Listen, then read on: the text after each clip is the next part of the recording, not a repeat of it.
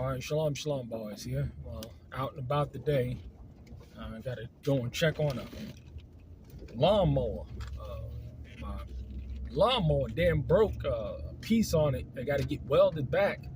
I tell you, man, if it ain't one thing, it's another. But this is why you need to be so flexible when it comes to living on a homestead, because stuff happens and you need to respond as quickly as possible to deal with the problem. Because you need a lawnmower, you need equipment when you're on a homestead. But what I wanted to talk about today was something that was strikingly peculiar, especially in the time that we're living in. And this is the rise of the internet church. Now, we understood back in the day, before there was no ability to reach the masses, people wrote letters. This is where you get all of the letters of in the renewed covenant of the apostles and the Messiah writing letters to the churches. But we also had them actually getting on boats, getting on camels, getting on donkeys, horses, whatever way that they got around to actually get in front of the people. To actually fellowship with the people, because they understood that the face-to-face contact that you had with people was critical, because not only can you help them via deliverance, counseling,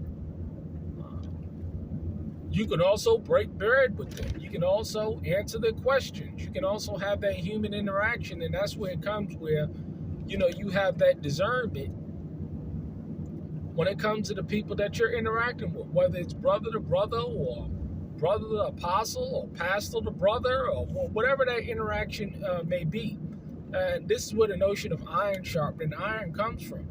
Now, me personally, I've said it over and over again, I'm an extremely introverted person.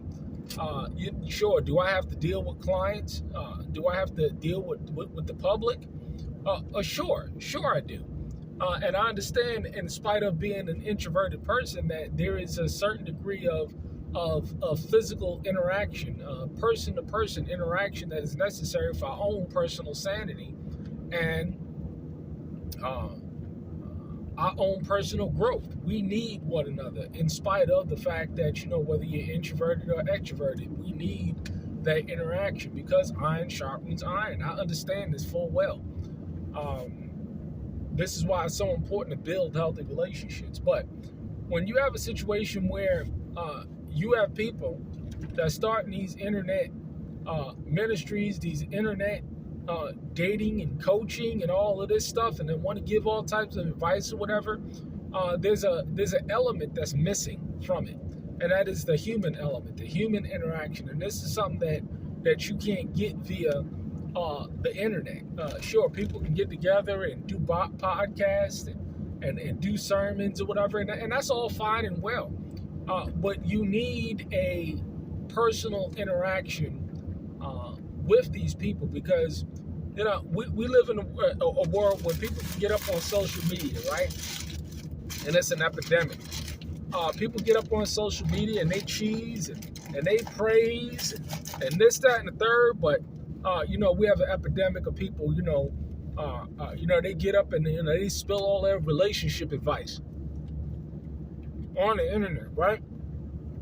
And come to find out, the husband is murdering the wife, or the wife is murdering the husband, or look at Twisted Crimes. All these people, they get up and they present to you a life of beauty and of holiness, or they're having a good time, or they're living their best life, when in fact they're miserable. They're actually miserable. They live a life of misery. And there's so much help. There's only but so much help you can give to a person that you're presented or you're interacting with them via the internet. This is why it's so important not only to call, but actually physically spend the time to fellowship with one another. But people want to live a double life. And now you got so-called pastors out there, preachers, teachers, elders, bishops. They don't want to get up off their ass and actually go somewhere and spend some time with somebody, nor do they want anybody to come and spend time with you. You got people out there that, they want to lead this double life where they want to get on YouTube or Facebook and present themselves to be a certain way. But, privately, they're living a totally different life. I was speaking to a brother the other day, and I was like, it's amazing how all these people, they've been single for so many years. These sisters, they've been single for so many years, but then they ended up pregnant and having children. How is this possible if you're single and you're not married? How is this possible? But you're turning up pregnant. Why? Because they're leading a double life. They're presenting themselves to be some type of virtuous, righteous sister, when in the background they're getting their back blown out by Pookie. They're the brothers that are presenting themselves to be a certain way, but they're abusing their wives and their children, or they're neglecting their wives and their children. And it's sad. It really is.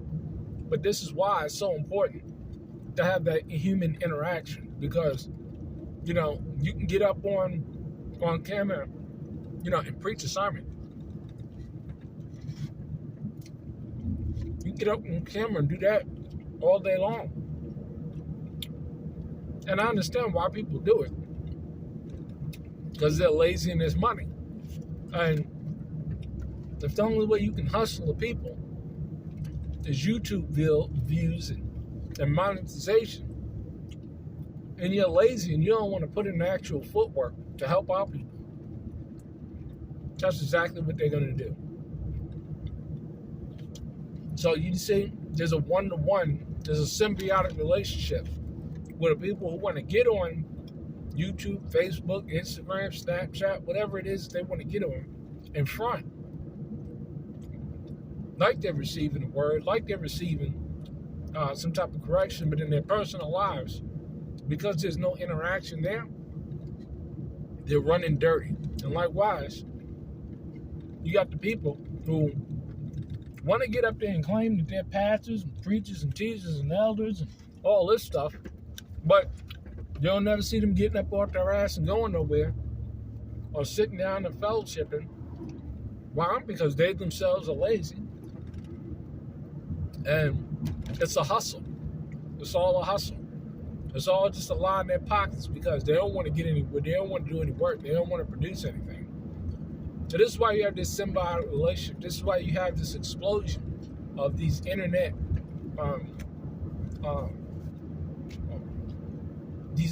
ministries that really don't do nothing to help nobody. It's all a front. That's all it is. There's no real display of iron sharpening iron, because that's not the point. The point is to hustle in the front. I guess this is the day and age that we're living in. It's pretty sad, but for those of you who get it, and I've been saying it for years, get around people that's serious. Get around people that got a genuine love and respect for you. Because what does the scripture say?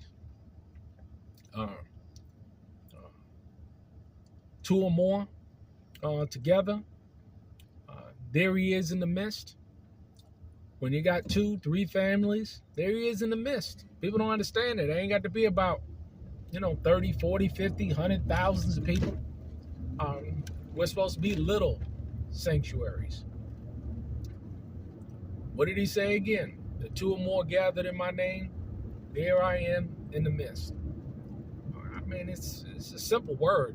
He understood these concepts. The Messiah understood these concepts. That's why he talked about the remnant. This is why he talked about the few. Sanctuaries and people fellowship in their homes.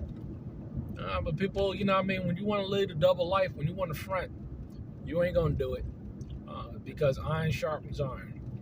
But that's just the truth of the matter. Stay away from these fake, phony people. They ain't but there to line their own pockets.